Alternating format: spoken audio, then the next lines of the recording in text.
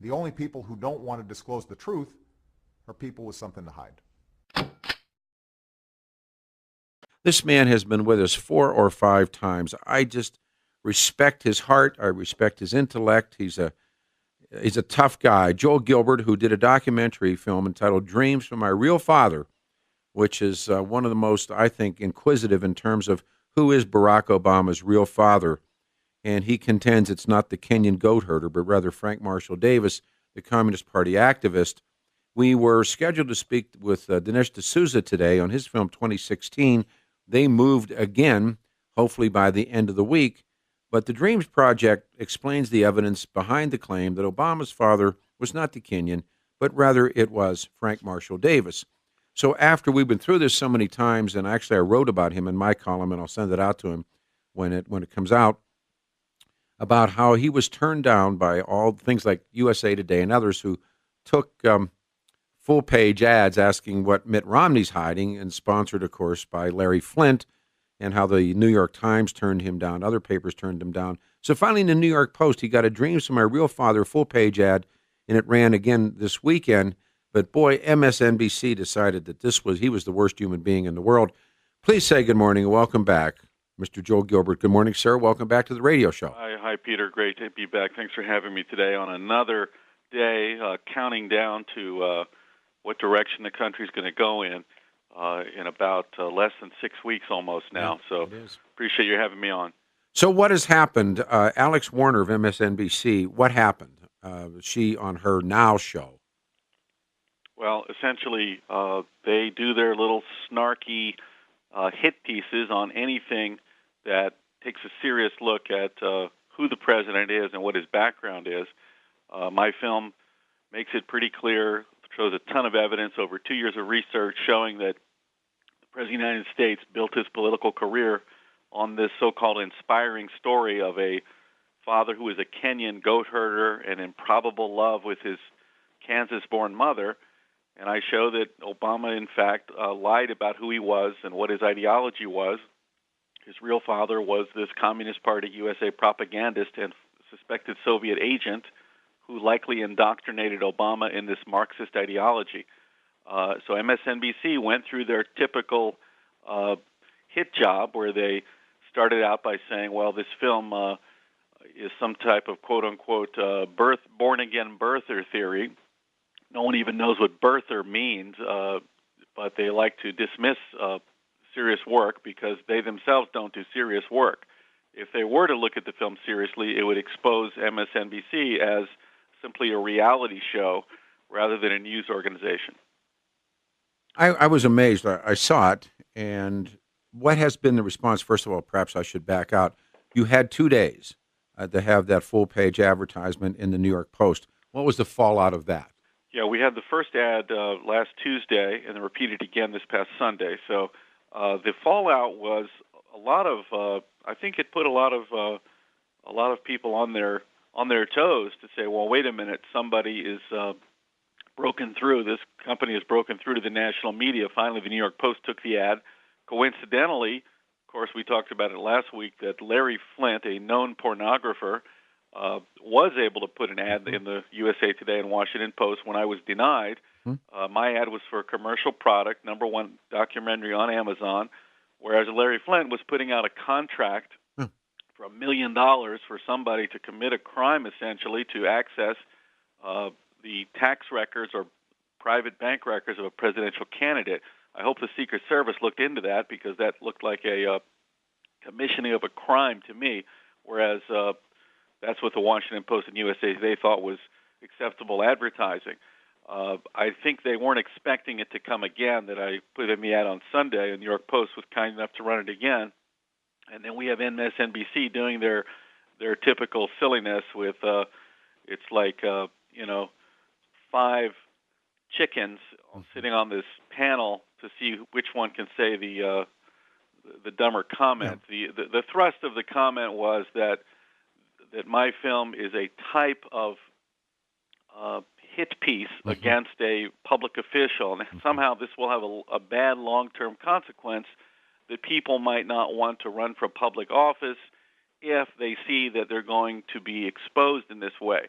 Now, I thought that was a good thing. Essentially, I agree with him. It means that people who run for public office or contemplate running should not run if they're Marxists and hiding it from the public and are trying to hide who they are. So if that's the conclusion of this guy and the result of this film is that if you want to run for public office, you have to be fair and honest about what your background is and what your political foundations are. Barack Obama did not do that. It's 9 after the hour, 6:30 KHOW. I expected this fallout. It came rapidly from MSNBC, which is really the pit bull of the Obama administration. And they went after what I really thought would happen when they went after Joel Gilbert's film. You know, it's interesting. We had D'Souza was scheduled when I left here Friday to be on the radio show today, and his film 2016, which is really doing extremely well and is listed as number 5 on the list this morning of the highest grossing documentaries. What's interesting to me, and I like the guy immensely. We had great discussions. We had one really lengthy private discussion, and we had one on-air discussion. And as I was trying to say to Mr. D'Souza, you really have to go back to this, and this is what makes all of these Obots crazy, is who took the nude photos of Stanley Ann Dunham when she was probably 17 years old, kneeling on the floor, totally nude, posed in that house. Whose house do you think that was, Joel? Well, I think I've established beyond any doubt that it was Frank Marshall Davis's house, Obama's, what he called his so-called mentor, but I've determined that all of Obama's visits from age 9 to 18 were parental visits.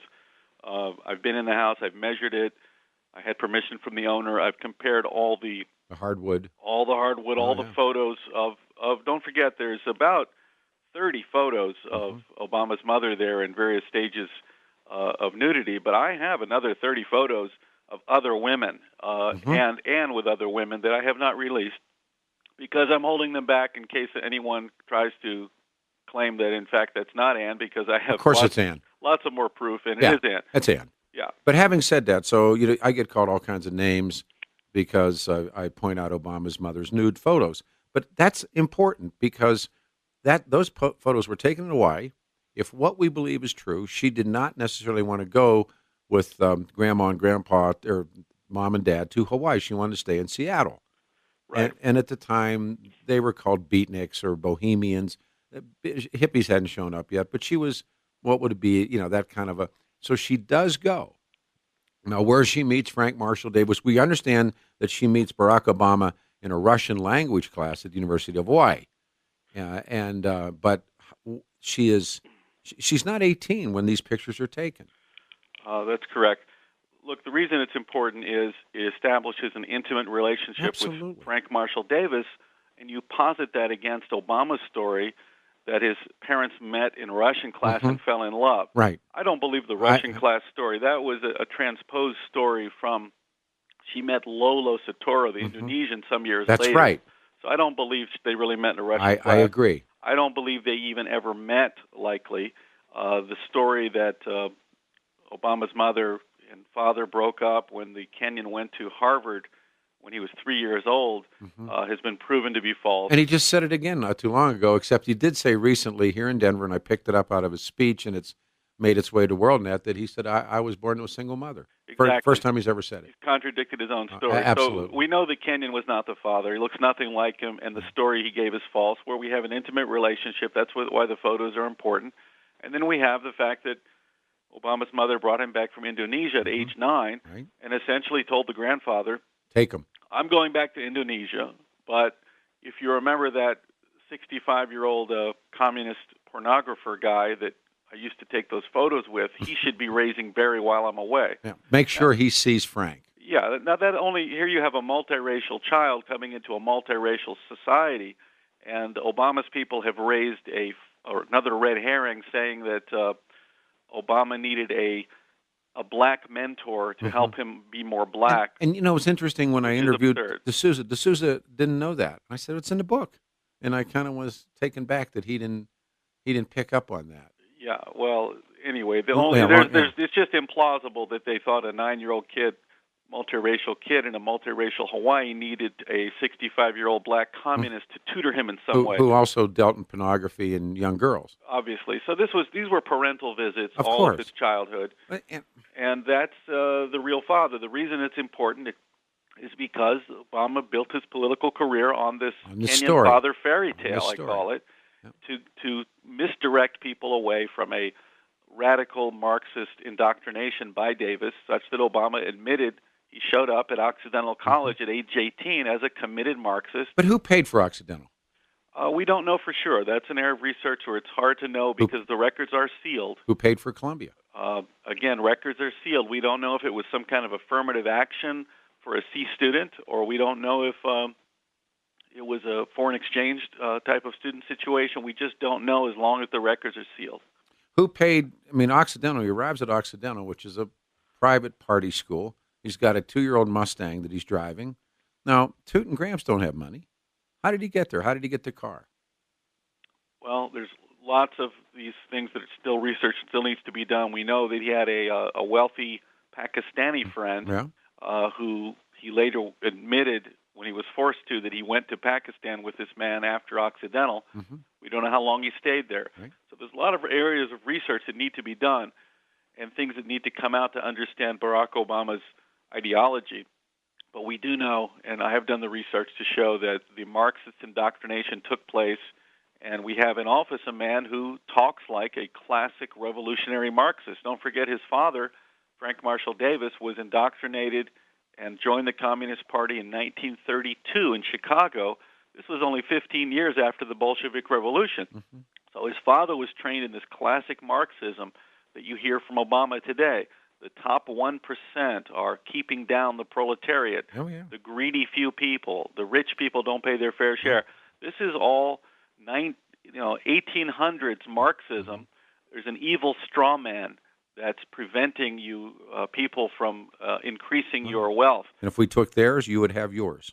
This is you can just hear it. I need to do this. I'm going to take a pause and come back one more time and begin, as they say, at the beginning, because, like I said, he is lost in the fog of his own life. And I do believe, and I've already gotten my mandatory 20 emails talking about his nude mother. She's dead. Don't have any respect for her. And that he said, one says I was playing Jungle Love. Oh, my God. And so, but the point is that her nude photos, I think, when Alfred Hitchcock, when I read that book, Hitchcock had a term called the MacGuffin. And if you watch Hitchcock's films, he always has a MacGuffin. And a MacGuffin is the thing that holds the movie together. But you don't know it until you know it. And then you realize, it's sort of an light bulb moment. And Hitchcock called it the MacGuffin. The MacGuffin is the nude photos of Stanley Ann Dunham. Because once you understand those nude films and know that the Kenyan Barack Obama didn't take them, she was recently arrived in Hawaii, has no friends, and how does she meet Frank Marshall Davis? And she's kind of a wild child, and he talks her into posing nude. What else did he talk her into, or what else did it turn into? But when you look at the pictures of Barack Obama and Frank Marshall Davis, they look a hell of a lot more alike than does the Kenyan and Barack Obama.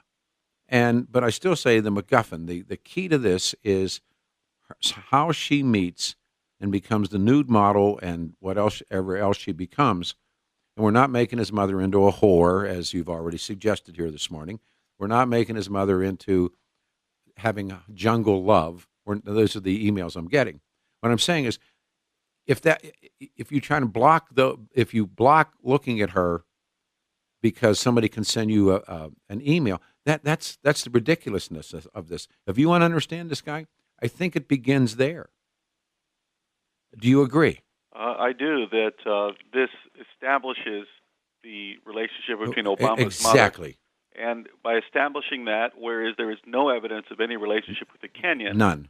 Right there, it shows that there's an intimate relationship. And then we have Barry being raised by Davis. Yeah. Now, in the film, we do put black bars, just to be clear to your radio audience. I know. we cover up and her with breasts, black and I know, bars. but we can put them up. You can do whatever you want to do. The fact is, they exist. Let me do this, Joe. Bring you right back. It's 19 after the hour, a little behind. 6:30 KHLW. The only people who don't want to disclose the truth are people with something to hide.